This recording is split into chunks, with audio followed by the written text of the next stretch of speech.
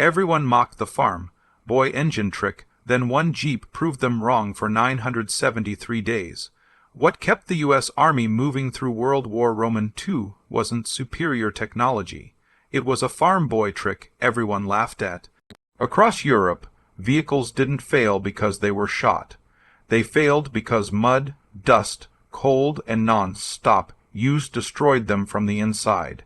Thousands of machines broke down exactly as engineers expected. One Jeep didn't. No secret upgrades, no special design, no experimental parts. Just a routine that officers dismissed as crude and mechanics mocked as unnecessary. And then the impossible happened. That Jeep stayed operational for 973 days of war, while vehicles considered more refined and more correct failed again and again. German analysts examined captured American vehicles and concluded the same thing every time. The Americans simply over-maintained their equipment. They were wrong because what kept that Jeep alive wasn't hidden in the engine. It was a way of thinking so ordinary that no one believed it could decide a war. If you listen to this story to the end, you'll understand how a habit that looked laughable on paper quietly created an advantage the enemy never caught up to, and helped shift the balance of the entire conflict. No one noticed the Jeep at first. It carried no special markings, no experimental designation, no priority status.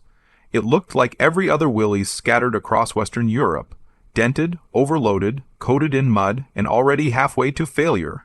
And yet, as the weeks passed, something strange began to surface. Vehicles disappeared from the line almost daily. Some were pulled back with seized engines.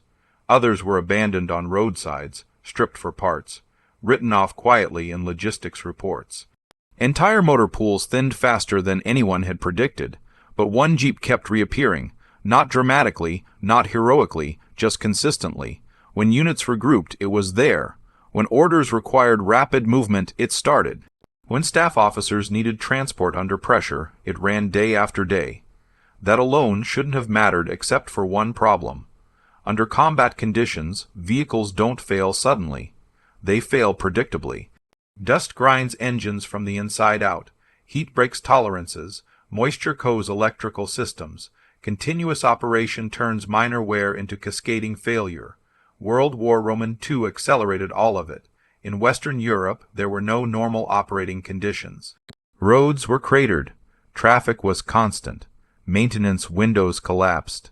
Engines were run hot, shut down briefly, then pushed again before they ever cooled. Failure wasn't bad luck. It was expected. And yet this Jeep refused to fail on schedule. It didn't run faster than the column. It didn't haul more weight. It wasn't spared combat zones, but when others fell out of service, it didn't. At first, the explanation was simple. Luck. Luck is always the easiest answer when no better one exists, but luck doesn't repeat for months. As more vehicles cycled through repair depots, engines replaced, transmissions rebuilt, wiring stripped and reinstalled, this Jeep stayed operational. It never appeared on extended maintenance rosters. It wasn't flagged for overhaul. No engine swap, no major rebuild, no downtime worth noting, just continued availability. That was the real anomaly because mechanically there was no reason for it. Same engine, same tolerances, same materials, often worse conditions. By every technical assumption, it should have failed alongside the rest. Instead, it quietly exposed a problem no one wanted to confront. Military planning depends on predictability. Predictability depends on procedures. And procedures assume that equipment behaves within expected limits. A vehicle that refuses to follow those limits becomes a liability, not because it's unreliable, but because it undermines the model. This Jeep didn't fail when it was supposed to, and that made people uncomfortable, not because it was exceptional, but because it forced an unspoken question. If this one can keep going, why can't the others? No one asked it openly, but the question lingered. Informal tracking began. Nothing official, just repeated remarks. Familiar sightings, the same Jeep appearing again and again where others had vanished. The contrast sharpened. Vehicles maintained strictly by the book still broke down. Vehicles serviced on schedule still failed. Vehicles operated exactly as designed still collapsed under sustained use. And this one didn't. It wasn't the only survivor, but it was the most persistent. As the campaign dragged on, a pattern emerged. Availability mattered more than specifications. Consistency mattered more than perfection. A vehicle that was always ready quietly outperformed one that was theoretically superior but intermittently absent. This Jeep lived in that narrow margin, never pushed to extremes, never neglected, never treated as disposable.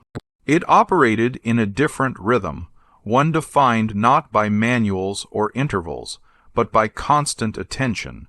That difference didn't make headlines. It didn't earn citations. No medal existed for a machine that simply kept working, but its impact accumulated. A vehicle that starts when needed means orders move faster. Meetings happen on time. Decisions reach the field before conditions deteriorate. Multiply that reliability across days, then months, and small advantages stop being small. Only later did the number appear, not early, not triumphantly, but after everything else had worn down 973 days. Nearly the entire war, not a number tied to speed, not a measure of power, a measure of presence. At that point, the question shifted. It was no longer, what makes this Jeep better? When you lungs tack, it became, what assumptions are we getting wrong? A1. The answer wasn't hidden in metallurgy. It wasn't buried in design drawings. It wasn't stamped into the engine block.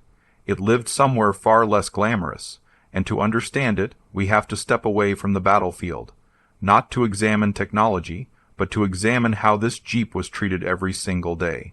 It was expected to survive because what kept it alive wasn't innovation. It was discipline applied relentlessly and almost invisibly. Military maintenance doctrine in World War II was built around a simple assumption. Equipment fails in predictable ways, and those failures can be managed through standardized intervals. Change oil at a fixed number of hours. Replace parts when wear reaches a defined threshold. Repair damage after it appears. On paper, the logic was flawless. In reality, combat erased the paper. Field conditions shattered every assumption behind the manuals. Dust levels far beyond testing limits. Engines run continuously without cool down. Moisture where none was expected. Maintenance windows that vanished the moment a unit began moving again. The manuals weren't wrong. They were incomplete. They assumed ideal conditions. Conditions that did not exist for a single day on the Western Front. And that gap mattered. Most mechanics responded the same way. They worked harder, faster, and longer, trying to keep broken vehicles running. Engines were torn down repeatedly. Parts were swapped endlessly. Entire systems were rebuilt under impossible timelines. They fought failure after it happened. The Jeep that refused to die followed a different logic. It wasn't repaired more skillfully. It wasn't rebuilt more thoroughly. It was treated as if failure were optional.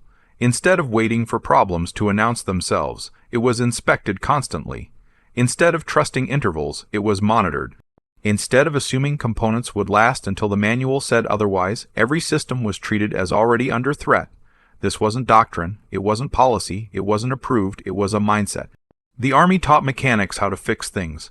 It did not teach them how to prevent failure under sustained abuse. That difference sounds subtle. It wasn't. Preventive thinking changes everything. Oil is no longer something you replace on schedule. It becomes a warning system. Filters aren't passive components. They become barriers in a war of attrition against dust. Electrical systems aren't working or failed. Well, they are constantly degrading unless you intervene first. Most vehicles on the front were treated as durable objects. This Jeep was treated as a living system under constant stress. That perspective rewired priorities. Speed stopped mattering as much as consistency. Peak performance mattered less than predictable behavior.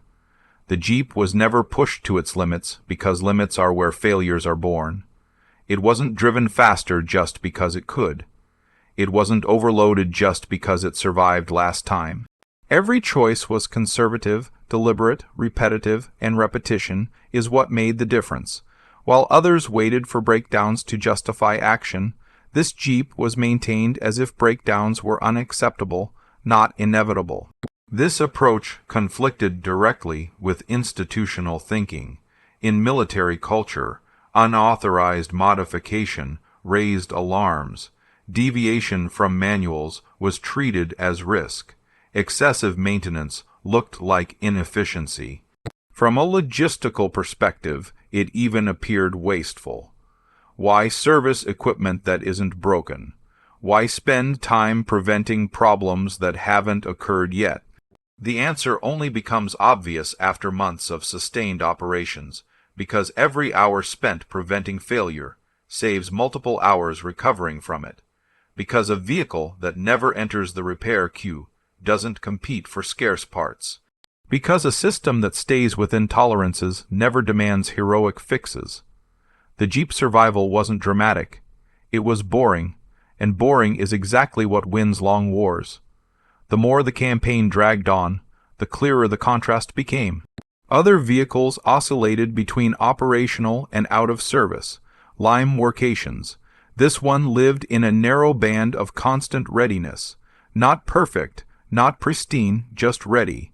That readiness wasn't free.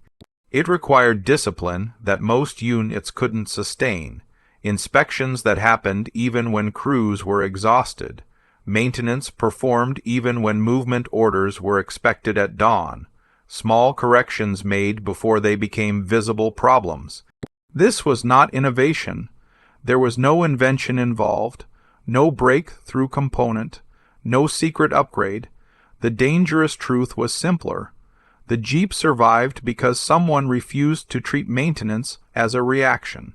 They treated it as a daily responsibility regardless of circumstances. And this is where the contradiction deepens. The Army valued engineering excellence. German forces arguably valued it even more. Both sides believed good design would reduce maintenance burden, but under combat conditions, that belief collapsed. Sophisticated systems required ideal care. Ideal care was impossible. The Jeep's continued operation exposed an uncomfortable reality. Design matters, but behavior matters more. A machine designed to be good enough, cared for relentlessly, outlasts a machine designed to be exceptional, but serviced intermittently. This wasn't understood at the time, not officially, which is why the Jeep's survival never became a formal lesson during the war. It spread quietly instead, mechanic to mechanic, unit to unit, not as doctrine, but as example. And that raises a critical question. If the Army didn't teach this approach, and if the manuals didn't support it, where did it come from? The answer does not lie in military schools. It doesn't come from engineering theory. It comes from a place where equipment failure isn't an inconvenience. It's a catastrophe. To understand that mindset, we have to leave the front lines entirely, not to study vehicles, but to understand the habits that shaped the person who refused to let one fail. Because the Jeep didn't survive due to a clever trick. It survived because its caretaker had learned long before the war that neglect kills machines faster than misuse, and that lesson was learned far from any battlefield. By this point, the legend had already formed. People spoke of a farm boy trick and a clever modification, some hidden tweak that made one Jeep immune to the abuse of war. That assumption was wrong. There was no single trick. There was no moment of invention, no sudden insight, no clever device quietly welded into place. What kept the Jeep alive was far more unsettling than that. It was a system built entirely from ordinary actions applied with extraordinary consistency. And once you understand it, the mystery doesn't become more impressive. It becomes more uncomfortable because nothing about it required genius, only discipline. Layer 1. Oil treated as intelligence, not a fluid.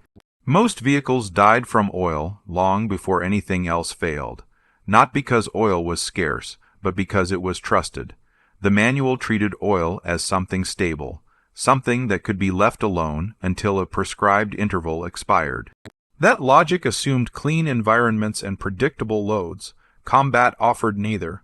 Dust entered engines constantly. Metal particles accumulated faster than expected. Heat degraded lubricants long before the clock said it should. The Jeep that survived treated oil differently. It wasn't changed because the schedule demanded it. It was changed because its condition demanded it. Oil was checked obsessively. Color, texture, smell. The moment it degraded, action followed, not weeks later. Fresh oil wasn't always available, so oil was reused, but never blindly. Sediment was allowed to settle. Contaminants were filtered out through improvised media. Not perfect filtration, enough filtration. The goal wasn't purity. It was damage control. Oil was no longer a consumable. It became an early warning system. Most engines died slowly and invisibly. This one was never allowed to. Layer 2 filtration. Fighting a war of attrition. Dust was the real enemy of engines in Europe. Not dramatic, not explosive, relentless. Standard filters were designed for tolerable conditions. Combat conditions were not tolerable. Instead of trusting a single barrier, the Jeep used layers. Crude, simple, replaceable cloth per filters soaked with oil caught fine particles before they reached critical components. The main filter stayed cleaner longer, wear slowed. Nothing revolutionary, but the difference compounded daily. Engines don't fail because of one bad moment. They fail because thousands of tiny insults accumulate unchecked. This Jeep blocked those insults earlier than others. Layer 3, cooling, preventing the invisible kill. Overheating didn't announce itself with drama. It warped tolerances, degraded seals, shortened lifespans quietly. Most vehicles were cooled reactively, addressed only after temperatures spiked or systems failed. This Jeep was cooled preventively. The cooling system was treated as fragile, not robust. Debris was flushed before it accumulated. Water quality was monitored obsessively. Additives scavenged from wherever they could be found prevented scale buildup. Heat transfer stayed efficient longer. Again, nothing impressive, just attention applied before damage occurred. Layer 4. Electricity killing corrosion before it started. Electrical failures crippled vehicles without warning. Moisture crept into connections. Corrosion built slowly. A single bad ground immobilized an entire system. Most repairs happened after failure. This Jeep never waited. Connections were inspected constantly, cleaned, protected with basic sealants. Wires were treated as vulnerable, not durable. The result wasn't perfection. It was predictability. Systems work because they were never allowed to degrade unnoticed. Layer 5, bearings, tires, and the discipline of small things. Bearings were never allowed to dry out, never overpacked, never ignored. Tires were rotated religiously. Pressure was checked constantly under inflation. The silent killer of mobility was never tolerated. None of this saved hours in a single day. It saved weeks over a year, and that was the point. The pattern no one wanted to admit. When you step back, the pattern becomes impossible to ignore. The Jeep wasn't stronger. It wasn't faster. It wasn't better engineered. It was simply never allowed to drift far from optimal condition. Other vehicles oscillated between working and broken, 7 shacked. This one lived in the narrow band between that band required effort, daily effort, unrewarded effort, invisible effort. There was no glory in it, and that's why it was dismissed. In military culture, heroics are visible. Maintenance is not. The irony is brutal. The thing everyone searched for, the clever trick, never existed. What existed was something far less appealing. Routine, repetition, refusal to cut corners. This wasn't brilliance. It was refusal to accept decay. Why this worked when everything else failed. The manuals assumed maintenance was episodic. This approach treated maintenance as continuous. The manuals assumed failure was inevitable. This approach treated failure as optional. And under sustained combat conditions, that difference decided everything. Because once a vehicle entered the repair pipeline, it was effectively gone. Parts were scarce. Time was scarcer. Facilities were overwhelmed. A vehicle that never entered the pipeline didn't compete for survival. It simply stayed. That was the advantage, and it compounded daily. The most dangerous misunderstanding. From the outside, this looked like excess. Too many inspections, too much time spent on equipment that wasn't broken. German analysts would later describe this behavior as wasteful. They misunderstood the equation.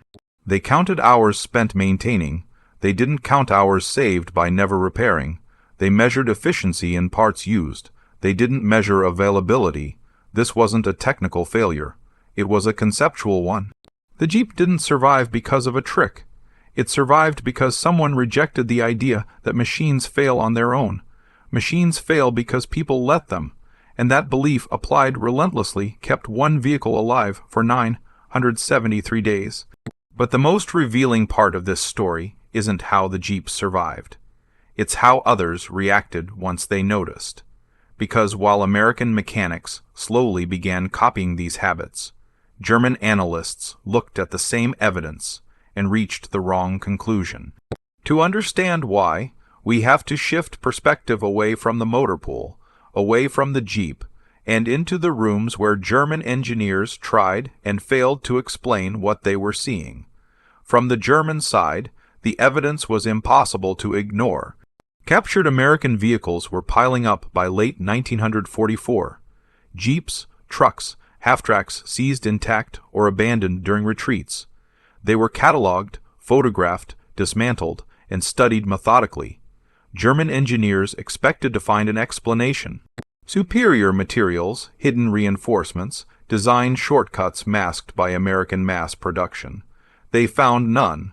By German standards, the American Jeep was crude. Low compression engine, simple carburation, basic suspension, electrical systems that lacked refinement. On paper, it should not have endured prolonged combat better than German equivalents, and yet it did. This contradiction triggered frustration. Reports described the Jeep as mechanically unsophisticated, yet noted its persistent operational availability. Analysts struggled to reconcile those two facts. To German engineers, durability was supposed to come from design excellence, precision tolerances, optimized components, superior metallurgy.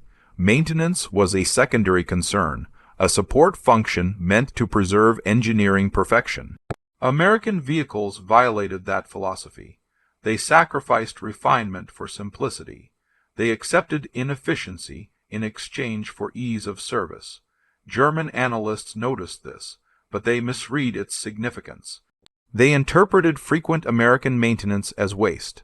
Reports described excessive oil changes, repeated inspections, constant servicing of components that appeared functional.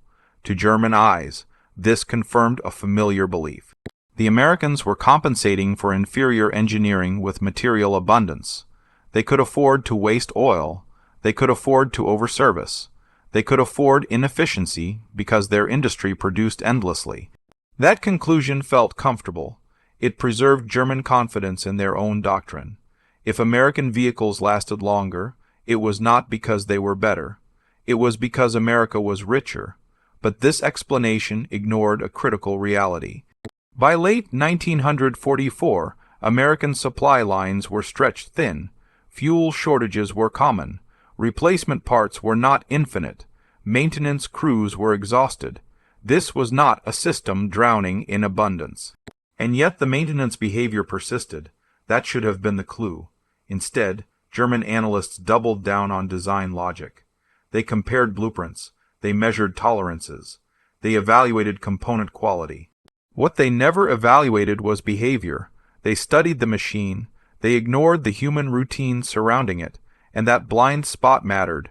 German maintenance doctrine assumed ideal conditions, proper tools, trained specialists, controlled environments. When failures occurred, the response was thorough and slow. Engines were rebuilt to factory standards. Transmissions were restored meticulously. Under peacetime conditions, this approach worked. Under combat conditions, it collapsed. Vehicles waited for parts that never arrived. Repairs required facilities that no longer existed. Time disappeared. A broken vehicle was often lost permanently. American practice accepted imperfection. Instead of restoring systems fully, they stabilized them. Instead of chasing optimal performance, they prioritized availability. German engineers saw this as laziness. They did not understand it was strategy. The Jeep that survived 973 days embodied that difference. It was never restored to ideal condition. It was never perfect. I see. It was kept ready, and readiness beat perfection every time. The misunderstanding went deeper than mechanics. It was cultural. German engineering culture prized mastery over systems. American field culture prized adaptability. German doctrine trusted design to solve problems. American practice trusted people. That difference shaped outcomes. As German vehicles became increasingly complex, their maintenance burden grew heavier. As American vehicles remained simple, their maintenance became more flexible. The Jeep did not outlast German vehicles because it was superior. It outlasted them because it tolerated imperfection and was constantly corrected before failure. German analysts never framed the problem that way. They asked, why does this design work, as they should have asked, why does this routine work? You wanted the live about of these. By the time that question began to surface, it was too late. German units were immobilized not by enemy fire, but by mechanical attrition. Operational plans collapsed because vehicles were unavailable when needed. The Jeep's quiet persistence exposed a truth German doctrine could not absorb. Wars are not won by the best machines. They are won by the machines that show up, and showing up depends less on engineering brilliance than on daily discipline. The irony is sharp. German engineers were correct about one thing. The American Jeep was inferior by traditional engineering metrics. That was precisely why it survived. It asked less of its caretakers, and rewarded attention instead of punishing deviation. German vehicles demanded ideal conditions. American vehicles accepted reality. The Jeep that survived 973 days did not embarrass German engineering. It exposed the limits of engineering without adaptability. And in doing so, it revealed a lesson no report could capture. A machine designed to tolerate human behavior will outlast one that demands perfection from it. This wasn't understood in Berlin. It was learned painfully on frozen roads, abandoned depots, and stalled columns. By the time German commanders recognized that availability mattered more than elegance, the war had already slipped beyond recovery. And that brings us to the final question. If this maintenance philosophy worked so well, if it kept vehicles moving while others failed, why wasn't it adopted formally during the war? The answer lies in what this approach demanded from the people applying it. Because keeping a machine alive for 973 days required something few could sustain. Not intelligence, not innovation, but relentless, unglamorous discipline. And that discipline came at a human cost. To understand it, we have to look beyond machines and at the person who refused day after day to let one fail. Keeping a vehicle alive for 973 days did not happen by accident. It happened because someone paid a price every single day. The Jeep did not maintain itself. It did not survive because of luck. And it certainly did not survive because of relaxed standards. It survived because someone refused to accept even minor neglect. That refusal came with consequences. Every morning began the same way. Before movement orders, before briefings, before the day unfolded, the Jeep was inspected. Oil checked, not just level, but condition. Cooling system examined for contamination. Belts and hoses tested for early fatigue. Electrical connections inspected before corrosion became visible. None of this took long, but it was never skipped. During movement, the Jeep was monitored constantly, not casually, not occasionally.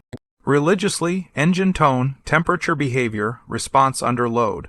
Small changes were noticed immediately because small changes are where failures begin.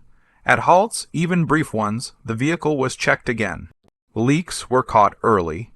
Loose connections tightened where addressed before it announced itself. At night, when others rested, maintenance continued. Oil changes at shortened intervals. Filters cleaned and reused. Bearings serviced. Electrical systems sealed again and again. This was not efficiency. It was obsession, and obsession extracts payment. Hours that could have been spent resting were spent working. Energy that could have been conserved was invested in prevention. There was no recognition for it. No combination existed for a vehicle that never failed. No citation was awarded for problems that never occurred. The work was invisible, and that invisibility is why few were willing to copy it fully, because this approach demanded something rare in war: consistency without applause. Most soldiers are pushed to act heroically in moments of crisis. This required heroism and monotony day after day, without variation, without relief. The Jeep never became a symbol during the war. It didn't appear in propaganda. It didn't receive a nickname known beyond its unit, but quietly. Its reliability altered outcomes. A staff officer arriving on time meant coordination held together. A message delivered without delay meant orders arrived before conditions worsened. A meeting that happened in person prevented misunderstandings that could have cost lives. These effects are impossible to quantify precisely, but they compound over days, over weeks, over years. Availability is invisible until it disappears. German forces learned this lesson the hard way. As their vehicles broke down, coordination slowed. As coordination slowed, reaction times increased. As reaction times increased, opportunities vanished. The Jeep never changed the course of the war by itself, but it contributed to a system that did, and that contribution went unrecorded. When the war ended, the Jeep's story did not become legend immediately. There were no ceremonies, no preservation orders. It was inventory, and inventory had rules. Surplus equipment was processed efficiently. Vehicles were categorized, returned, transferred, scrapped. The Jeep that survived 973 days was cut apart like thousands of others. Steel reclaimed, components melted down, the record erased physically, if not historically. The person who kept it alive returned home quietly.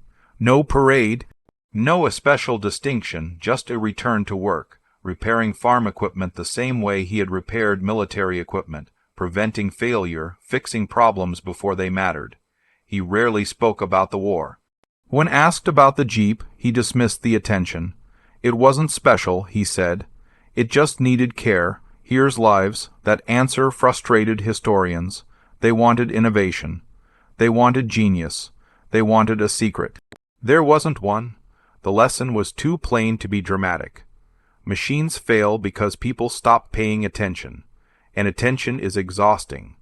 The Army eventually learned this lesson, not during the war, but after it. Maintenance doctrine shifted slowly. Preventive inspection became emphasized. Condition-based maintenance replaced blind intervals. Modern military logistics quietly adopted the philosophy that had kept one Jeep alive, not because of one story, but because the data eventually supported it. The irony remains.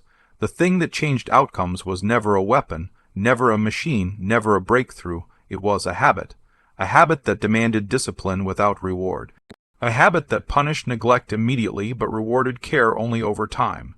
German engineers believed sophistication would save them. American field practice accepted reality instead, and reality favored the side that kept its equipment running.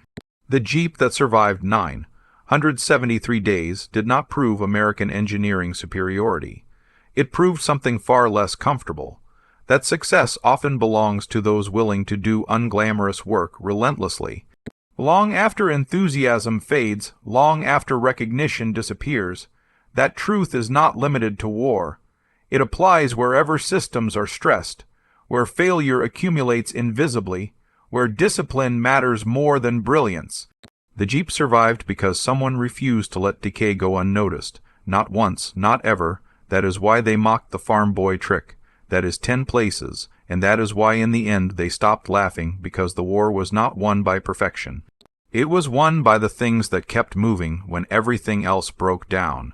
973 days, one vehicle, no miracle, just work applied every single day. And that more than any machine is what carried the war forward.